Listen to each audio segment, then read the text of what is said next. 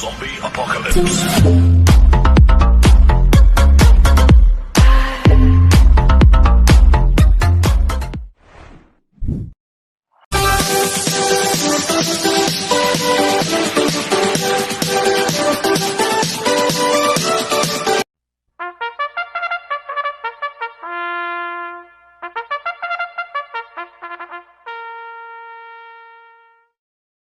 Magandang araw po mga bayang karerista. Ngayon po ay araw ng Linggo, August 13, 2023. Karera po ng Metro Turf, Malbar, Batangas. Meron po tayong 8 karera sa araw na ito. Nandito naman po yung lingkod, Drunken Master Wangbu, aka Eloa Tubudoy, para magbigay ng giya at analysis sa inyo mga bayang karerista.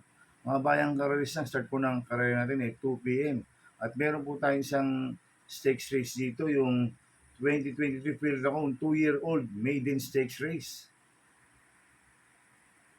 Kaya bago po ako magsimula magbigay ng giya at analysis, huwag pong kalimutan subscribe, like and share YouTube channel ko po. At siyempre huwag din pong kalimutan i-click yung notification bell ko para updated po kayo sa mga bagong videos ko. Kaya mag-start na po ako sa pagbibigay ng giya at analysis. Race 1, first pick 5, cover race 1 to 5.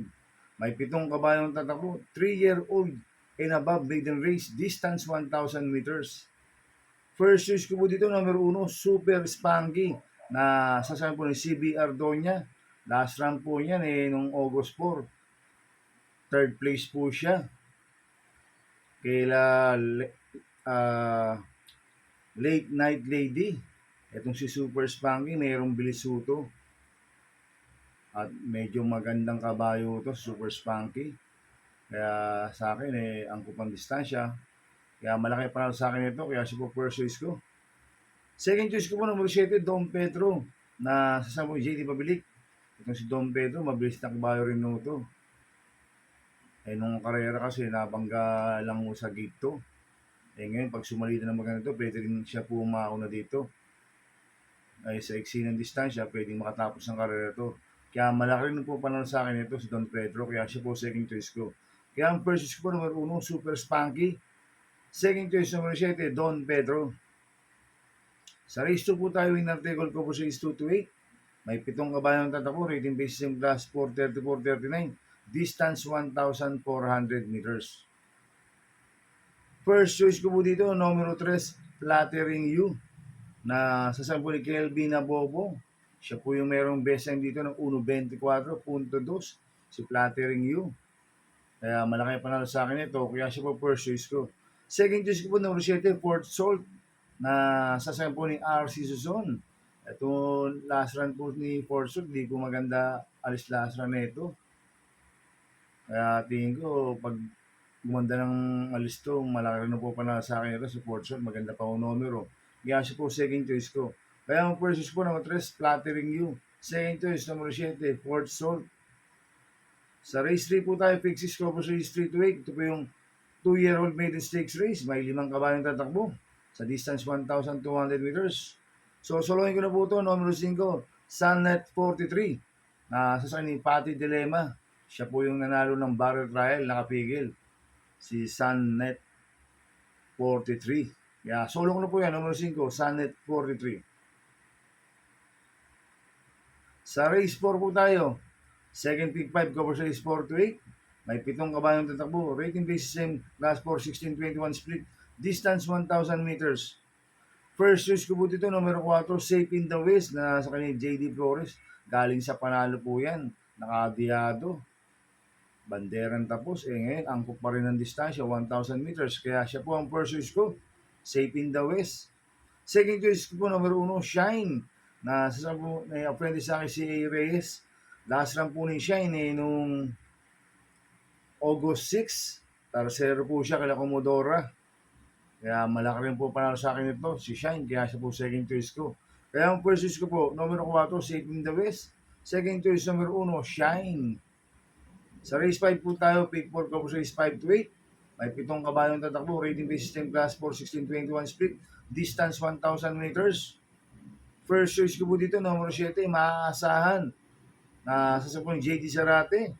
Last run po ni maaasahan noong August 6. Segundo po siya kay Comodora, hindi po siya lumagpas. Maganda numero yung maasahan. At gamit po ni JD Zarate ito at magaling po sa ganitong distansya ito, 1,000 meters.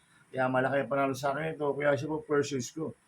Second choice ko po number 5, Megan Maxine na sa akin Jan Alvin Guse. Itong si Megan Maxine, may bilis na kabayo to. Last lang, tingin ko, kinulang lang po last lang to si Megan Maxine.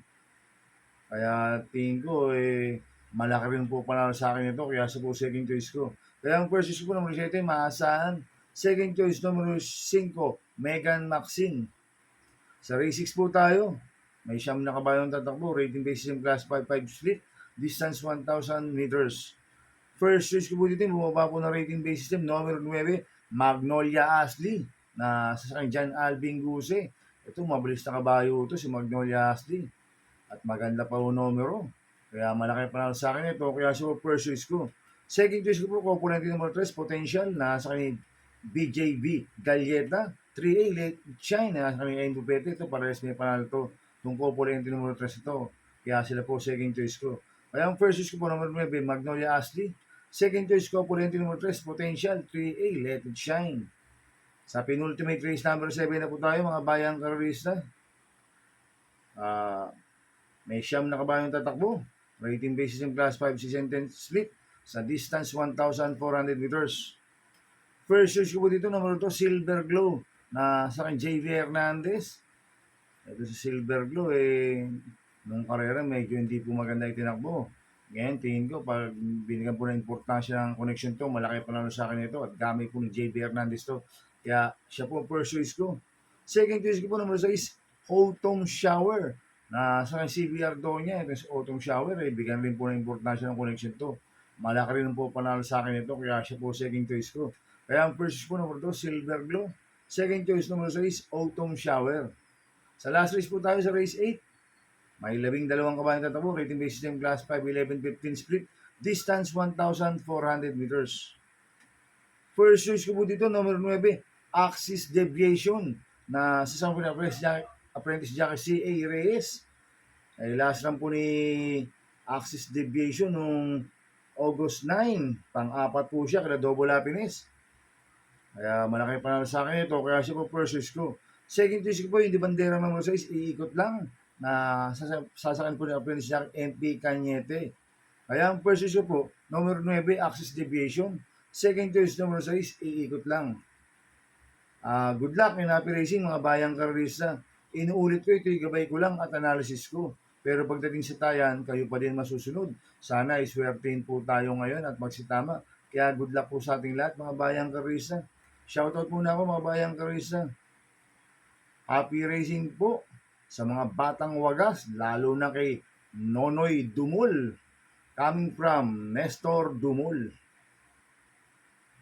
Happy racing po kay Mac Pades from Almeida Street, Yuseco.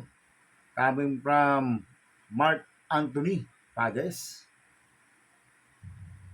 Happy racing po kay Weloy Guevara. Coming from Roel Guevara. Happy racing po. At happy racing po sa mga boss ko, kay Boss Manuel Chua, kay Boss Maynard Ronquillo, kay Boss Charlton Santos. Happy racing. Sana iswertein tayo at magsitama. Kaya good luck po sa ating lahat. Kaya mga bayang karista, please subscribe my YouTube channel at Tubudoy 2.0. At sana lagi niyo pong panoorin yung ads ko. Huwag niyo pong skip. At pakisubscribe din po yung mga Team Alright. Kaya maraming po salamat and God bless.